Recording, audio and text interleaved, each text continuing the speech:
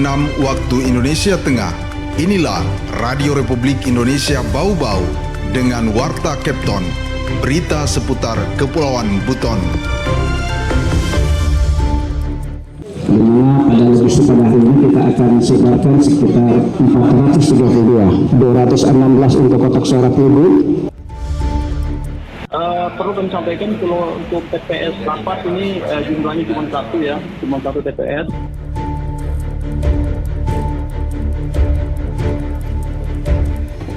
Selamat pagi dari Jalan Limbowolio, Kelurahan Tanganapada. Inilah Radio Republik Indonesia dalam penyampaian Warta Kepton.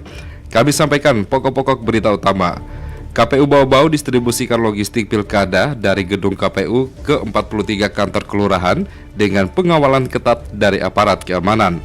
Ratusan napi lapas Bau-Bau siap menyalurkan hak pilihnya pada hari pencoblosan 27 November hari ini. Inilah Warta Kepton selengkapnya, Rabu 27 November 2024 bersama saya, Laode Muhammad Syahribul.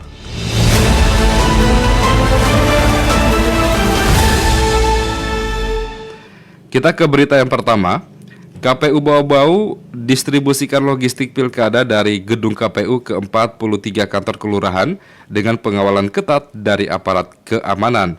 Selengkapnya, mengenai hal tersebut kita ikuti laporan reporter RRI Bau-Bau, Hairul Mulku.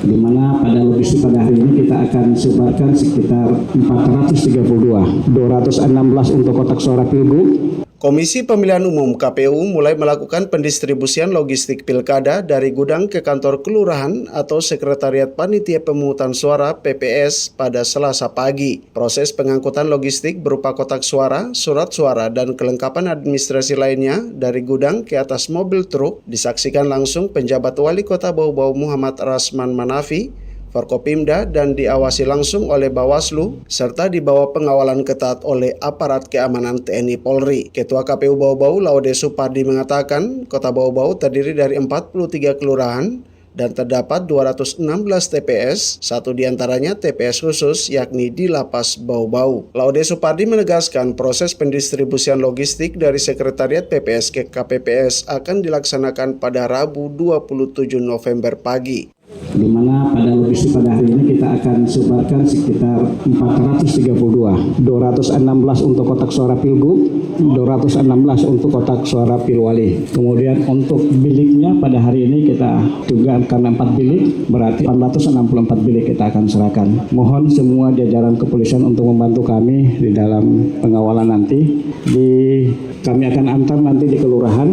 Di sana sudah menunggu jajaran kami PPK, PPS, Panwascam, pengawas kecamatan, pengawas kelurahan desa, diterimakan oleh PPK lalu diserahkan kepada PPS untuk disimpan di kelurahan masing-masing. Dan di tempat yang sama, penjabat Wali Kota Bau-Bau Muhammad Rasman Manafi berharap proses pilkada dapat berjalan dengan lancar sehingga masyarakat pemilih dapat kembali di rumahnya masing-masing dengan aman dan bahagia. Rasman Manafi juga menyebut dalam mendukung kelancaran pilkada, Pemkot Bau-Bau juga telah membentuk Des Pilkada. Harapan kita negeri kita aman, damai, tentram, nyaman ya. Orang menyalurkan suaranya selesai itu pulang tenang. Kemudian perhitungan berjalan, kita serahkan ke penyelenggara dan semoga kita semua yang hadir di sini tetap ingatkan lingkungan kita supaya setelah pencoblosan mau ada yang merasa menang atau sudah merasa kalah, udah tunggu pengumuman. Rasman Manafi juga meminta kepada aparat keamanan TNI Polri, khususnya Detasemen Gegana Sat Brimopolda Sultra, agar menyampaikan jika ada hal-hal yang harus dilakukan oleh pemerintah Kota Bau-Bau. Apa yang menjadi tanggung jawab bersama bergandeng tangan untuk menjaga Kota Bau-Bau tetap kondusif. Dari Kota Bau-Bau, Hairul Mulku, RRI, terus mengudara untuk Indonesia.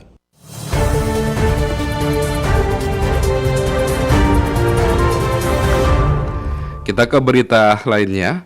Ratusan narapidana Lapas Bau-Bau siap menyalurkan hak pilihnya pada hari pencoblosan 27 November. KPPS yang terdiri dari ASN Lapas terus mematangkan persiapan termasuk kelengkapan sarana dan prasarana di TPS.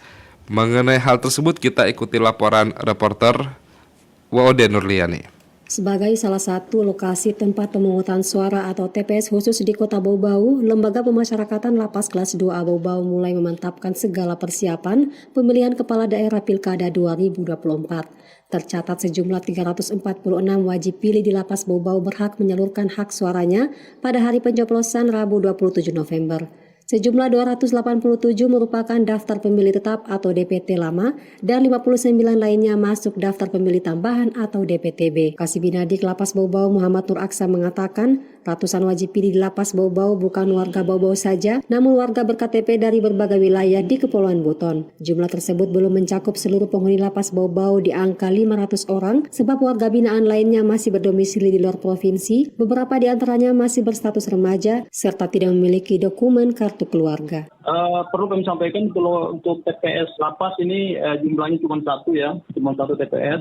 Jadi kami juga akan rencana dilaksanakan di depan, di selasar tanah sebelah kanan kantor Lapas. Dan sekarang persiapan penyelenggara sudah masuk pada tahap persiapan sarana dan prasarananya dan dipastikan itu sudah masuk di tahap penyelesaian secara keseluruhan. Lanjut Aksa, TPS di Lapas Bau-Bau berjumlah 1, khusus bagi warga binaan dan tahanan yang menyalurkan hak pilihnya. Lokasi TPS tersebut akan dibangun di selasar sebelah kanan halaman kantor Lapas. Persiapan sarana prasarana diupayakan tuntas H-1 pelaksanaan pilkada, termasuk pembagian formulir C pemberitahuan kepada seluruh wajib pilih di Lapas. Menurut Nur Aksa, wajib pilih di Lapas Bau-Bau merupakan pemilih cerdas, sebab berkaca dari pemilihan umum pemilu Februari lalu, seluruhnya mampu menyalurkan hak pilihnya dengan tata cara yang benar, tanpa kesalahan pada proses pencoblosan. Sementara para napi belum pernah menerima sosialisasi tata cara pemilihan di TPS, para warga binaan hanya mendapatkan edukasi secara teknis dari pihak Lapas yang ditunjuk sebagai kelompok penyelenggara pemungutan suara atau KPPS. Meski demikian, Nur Aksa menjamin napi Lapas Bau-Bau dapat menyalurkan hak pilihnya dengan sukses sesuai dengan prosedur yang telah ditetapkan. Lapas Bau-Bau juga menjamin netralitas ASN-nya selama pelaksanaan pilkada, sebab seluruh jajaran ASN Lapas memegang teguh netralitas ASN. Wadin Duliani, reporter Bau-Bau melaporkan.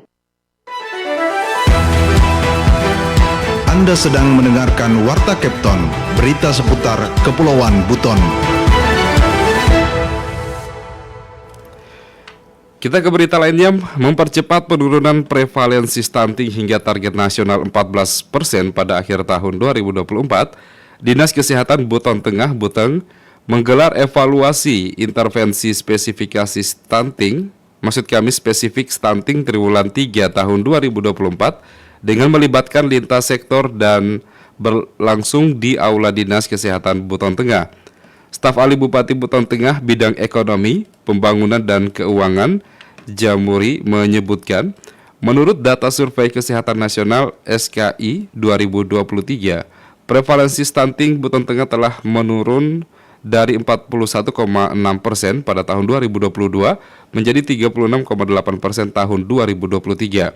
Sementara itu data rutin Puskesmas EPPGBM menunjukkan angka 15,7% pada tahun 2023 dan saat ini berada di angka 14,4% berdasarkan capaian pengukuran 96,2% dari sasaran bayi balita.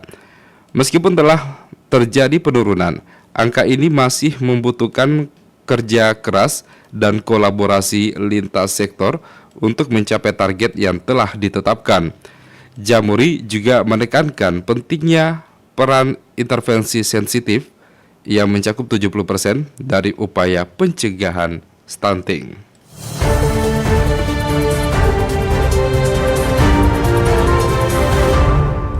Berita yang terakhir, pemerintah Kota Bau-Bau terus mendorong organisasi perangkat daerah OPD untuk meningkatkan kecepatan serapan anggaran tahun 2024. Serapan anggaran ini menjadi salah satu tolak ukur menguji kepala OPD. Selengkapnya kita ikuti laporan reporter Afriansyah. Nah, perintahnya di rapat pimpinan, di rapat-rapat tadi supaya bagaimana percepatan serapan anggaran. Pemerintah Kota Bau-Bau terus mendorong organisasi perangkat daerah OPD untuk meningkatkan kecepatan serapan anggaran tahun 2024. Hal ini disampaikan langsung oleh penjabat Sekretaris Daerah Sekda Kota Bau-Bau Laude Aswad. Menurut Aswad, serapan anggaran yang optimal sangat penting karena berkaitan langsung dengan kesejahteraan masyarakat. tentu saya sebagai pelaksana dari perintah pimpinan seperti sampaikan dalam sambutan tadi bahwa memang sekarang masuk di bulan terakhir untuk ke tahun 2024. Nah, perintahnya di rapat pimpinan, di rapat-rapat tadi itu supaya bagaimana percepatan serapan anggaran, begitu bagaimana OPD juga mempercepat serapan, begitu karena ini terkait dengan kepentingan masyarakat, kepentingan ekonomi, sehingga evaluasilah juga yang menentukan penilaian. Untuk memastikan semua OPD berjalan sesuai rencana, Badan Perencanaan Pembangunan Daerah Bapeda Kota Bau-Bau akan segera melakukan evaluasi. Aswad menekankan bahwa pengalaman dan rekam jejak panjang seorang pimpinan OPD bukan jaminan jika serapan anggaran tidak sesuai target. Sementara itu, menyongsong tahun anggaran 2025, Pemkot Bau-Bau akan menyesuaikan program-programnya dengan kebijakan pemerintah pusat, khususnya arahan Presiden Prabowo Subianto dan Wakil Presiden Gibran Rakabuming Raka. APBD 2025 dan tentu di 2025 ini kita tetap berpedoman dengan arahan atau kebijakan pemerintah pusat, utamanya bagaimana mengimplementasikan Astacita yang telah dituangkan dalam program dan kegiatan. Pihaknya memastikan bahwa Pemkot Bau-Bau telah menyiapkan program-program yang sejalan dengan Astacita. Reporter RRI Bau-Bau, Afriansa melaporkan.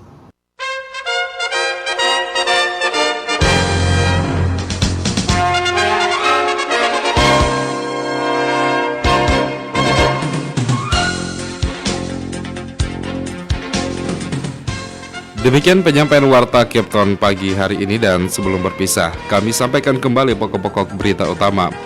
KPU Bau-Bau distribusikan logistik pilkada dari gedung KPU ke 43 kantor kelurahan dengan pengawalan ketat dari aparat keamanan. Ratusan napi Lapas Bau-Bau siap menyalurkan hak pilihnya pada hari pencoblosan 27 November hari ini. Mewakili kerabat kerja yang bertugas, saya Laude Muhammad Seribul mengucapkan terima kasih. Tetap bersama Radio Republik Indonesia Bau-Bau untuk mengikuti program kami selanjutnya di Kepton pagi ini. Sampai jumpa. Selamat beraktivitas.